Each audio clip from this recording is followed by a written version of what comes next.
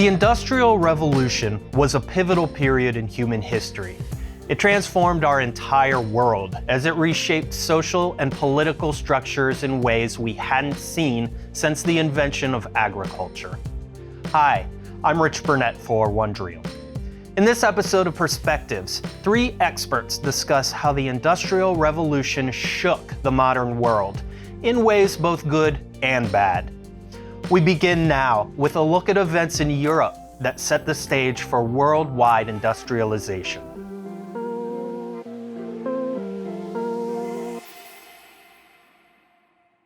So in the 100 or so years before the Industrial Revolution, population was on the rise, increasing demand for food and many other goods.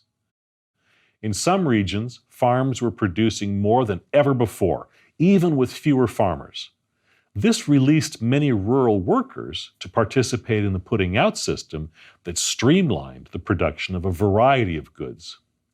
These changes were in addition to the 200-year expansion of European commercial dominance overseas.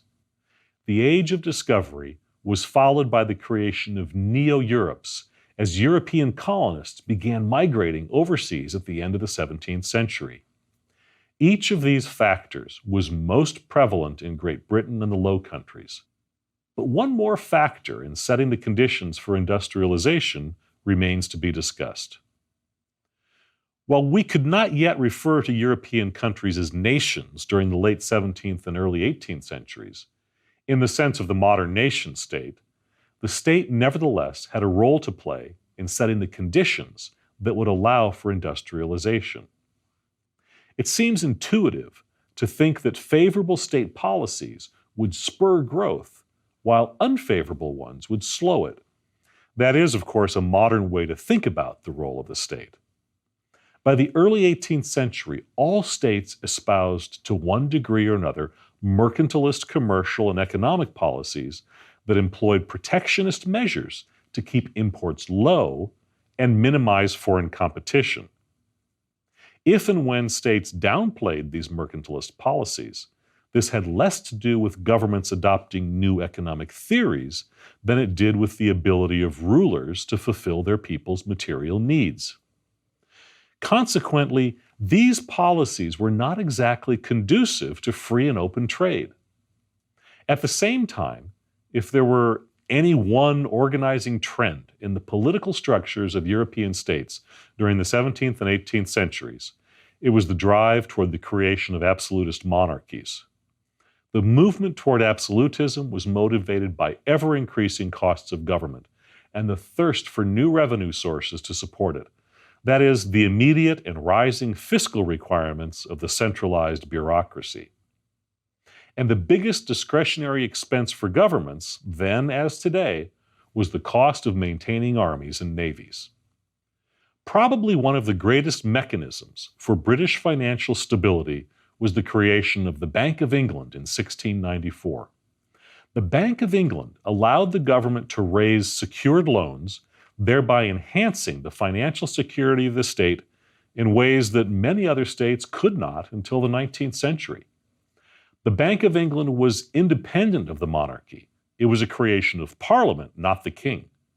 Divorced from the whims of the crown, the bank offered investors a sense of security and stability that was unmatched in other parts of Europe. What is the creation of a state bank to do with industrialization? Well, financial security and stability it offered allowed Great Britain to solve many of the problems of revenue that plagued the emerging absolutist states. It allowed for the creation of the world's largest and most powerful navy, so commerce could rely on the power of the government to protect trade.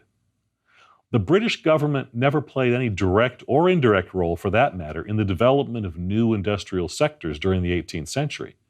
But the state was able to enjoy financial stability that proved to be very advantageous for growth. The general trends that I've just presented were not restricted to Great Britain. All over Europe, greater agricultural specialization and increases in agricultural production were becoming commonplace. Labor relations were also shifting as serfdom declined and labor tended to become more specialized and centralized in cities. Governments grew in size and tended toward greater centralization, which spurred new institutions favorable to commerce. But the unique circumstances that existed in Great Britain by about the middle of the 18th century made the Industrial Revolution possible. All that remained was what we might call the spark of capitalism that would give rise to industrial production. By 1750, all the preconditions for modernity were in place, but the world was still in a very traditional state. Some spark was needed to push humans across the next threshold of complexity into the age of modernity. That spark, both literal and metaphorical, was the burning of a substance laid down by geological processes millions of years ago, a substance called coal. It was lit on a small and hitherto relatively obscure island off the northwestern edge of Eurasia. Britain had depended on wood for most of its energy before industrialization, but by the 18th century, it had begun to run out of wood.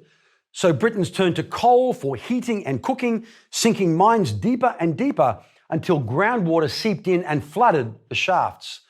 This was the context in which steam engines were invented to more efficiently pump water out of the mines.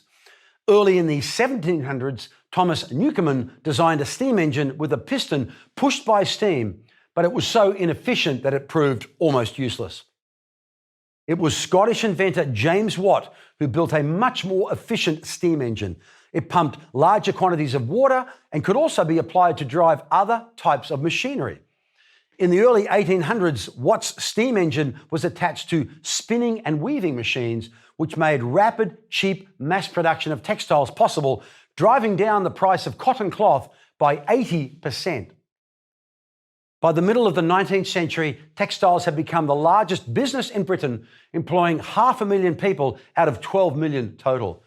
They had also destroyed the comparatively inefficient cotton industry in India with cheap British exports, the first sign of the huge shift in global power that was about to occur. It wasn't long before the iron and steel industry was similarly transformed. Using a technique pioneered by Abraham Darby, which involved smelting iron by burning coke instead of charcoal, British iron production soared. Later, Henry Bessemer built a blast furnace to produce an even stronger version of iron, steel, although we shouldn't forget that the Chinese Han Dynasty had managed something similar 2,000 years earlier. These developments in the coal-fired steam engine and iron production led to a dramatic expansion in railway and maritime transportation.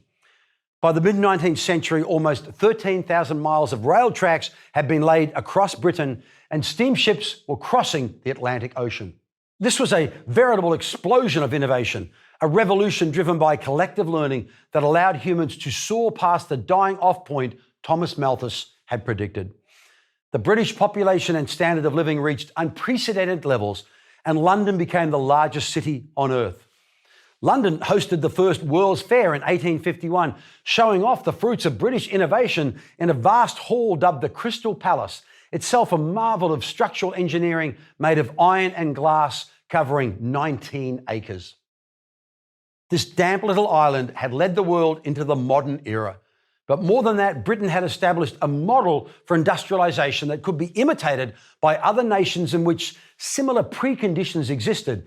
And in the second wave, Belgium, France, Prussia, and the United States all joined the club. Before the Industrial Revolution, Britain produced just 2% of the world's industrial goods. By the middle of the 19th century, that percentage increased tenfold to a staggering 20%, 1/5 of the world's industrial output. Still, the inequities that industrialization could also produce are best seen in the cotton industry. The growth in the production of cotton, together with the falling price of textiles, allowed ordinary people in industrialized nations to have access to more textile goods than ever before. But it also led to an acceleration of the slave trade. Because of the vast amount of money now to be made in cotton, there was increased demand for slaves to work the plantations of the Americas.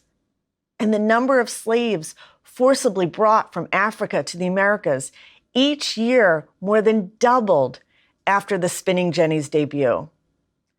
Once the first steamships made their maiden ocean voyages in 1819, the pace of transoceanic travel also quickened, with travel faster and safer than it had been in the age of sail power. Steam power enabled international trade to multiply.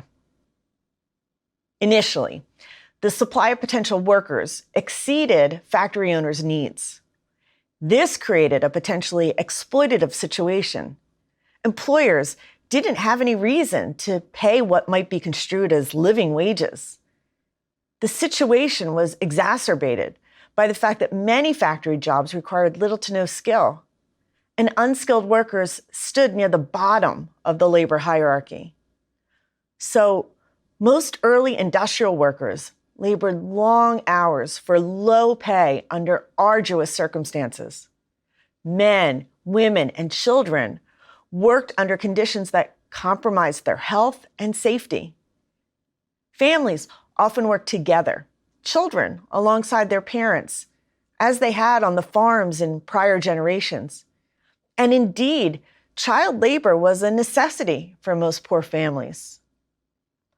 The Oxford historian Jane Humphreys places the number of child workers in early 19th century Britain at more than 1 million. Of these, 350,000 were between the ages of 7 and 10. They constituted 15% of the British industrial workforce. Why were so many children employed? It wasn't just that they came to work with their parents each day. Factory owners viewed them as useful and cheap. Children performed jobs suited to their small stature. They would stand at spinning machines and repair breaks in the thread, or crawl underneath machinery to clean out obstructions. Still, many British people came to believe that employing children in dangerous drudgery was both exploitative and distasteful. The Industrial Revolution and rapid urbanization also led to a physical separation of the various social classes in London and elsewhere that hadn't previously existed. The middle and upper classes increasingly avoided poorer areas of the city, seeing them as enveloped in prostitution, drunkenness, and crime. Factory owners and parliamentarians viewed these social ills as indicative of the poor's inherently corrupt nature, and not as signs of being underpaid, nor owing to a lack of public services and protections. Crowded cities also meant poor ventilation, growing piles of rubbish and waste, and contaminated water that brought typhoid and diarrhea. Dark, damp, overcrowded apartments facilitated the spread of such airborne illnesses as influenza, pneumonia, and tuberculosis. Hundreds of poor neighbors would queue up before a single outdoor water tap for drinking water, baths, and cleaning. The water would be turned on only a few hours a week, and you might wait hours to fill your buckets. Private toilets didn't exist in poorer sections of town. This led to filthy conditions, a loss of dignity, and the spread of disease among tenement residents. In 1849, the investigative journalist Henry Mayhew visited a neighborhood in southeast London known as Bermondsey, where thousands of residents died of cholera that year. In this part of town, the poor relied upon drinking water contaminated by human waste and rotting animal carcasses. Mayhew described the area as a foul, stagnant ditch. Charles Dickens captured such blight in his serialized novel, Oliver Twist. Describing the slums of South London, Dickens wrote of rooms so small, so filthy, so confined, that the air would seem too tainted even for the dirt and squalor which they shelter. But the most influential critique of industrial society came from the German philosophers Karl Marx and Friedrich Engels. Engels had worked in a textile factory in Manchester and eviscerated the conditions he found there in his 1844 book, The Condition of the Working Class in England. 4 years later, he and Marx published the Communist Manifesto, in which they offered a comprehensive theory of human history in which the main driver of change was class conflict. Because the gap between rich and poor would continue growing exponentially in this capitalist environment, they predicted, a revolution was inevitable. It would overthrow capitalism and replace it with a communist system that would more equitably share the fruits of production. One day after the Communist Manifesto appeared in 1848, demonstrations and riots broke out in Paris, and 2 days later, the French king abdicated. Revolts also erupted in the Italian states, the Habsburg Empire, in Switzerland, Spain, Denmark, and Britain, and even the Pope was forced to flee. Were Marx and Engels' predictions coming true? These revolutions of 1848 were driven by poverty and the appalling conditions created by industrialization, but the military power of the state was too strong and monarchical authority was restored. In the developing world, the industrial nations treated their colonies as sources of cheap raw materials and producers of cash crops. They destroyed landscapes, forests, entire ecosystems in their extraction of gold, silver, and diamonds, and in their efforts to increase harvests of coffee, tea, sugar, and rubber. European scientists were aware of the devastating consequences of this. British East India Company scientists reported in 1852 on the probable global impacts of the destruction of tropical forests, even mentioning potential climate change. Animals also faced worldwide devastation. The fur-bearing mammals of the Russian steppes and the American prairies were pretty well exterminated by 1914, as were huge numbers of birds and their habitats. Some of this activity was purely recreational, but devastating nonetheless. In Africa, British hunters shot thousands of antelope, elephants, giraffe, and rhinoceros. In Africa, they shot tigers from high on elephants until by the early 20th century, few tigers remained. In 1900, the British government hosted the first international conference on African wildlife, which achieved little but established precedents for more productive efforts in the 20th century. All these effects were a product of the Industrial Revolution, which began on a rainy little island with a coupling of coal-burning steam engines to textile manufacturing. The age of modernity had begun. Who could have foreseen the incredible impact it would have on human lives and on the environment that sustained our species? Hey, thanks for watching. If you'd like to learn more about the topics in this episode, the full list of series that these clips came from is in the description below. You can watch them all on Wondrium. And don't forget to subscribe to this YouTube channel for new episodes of Perspectives, and you can watch previous ones here.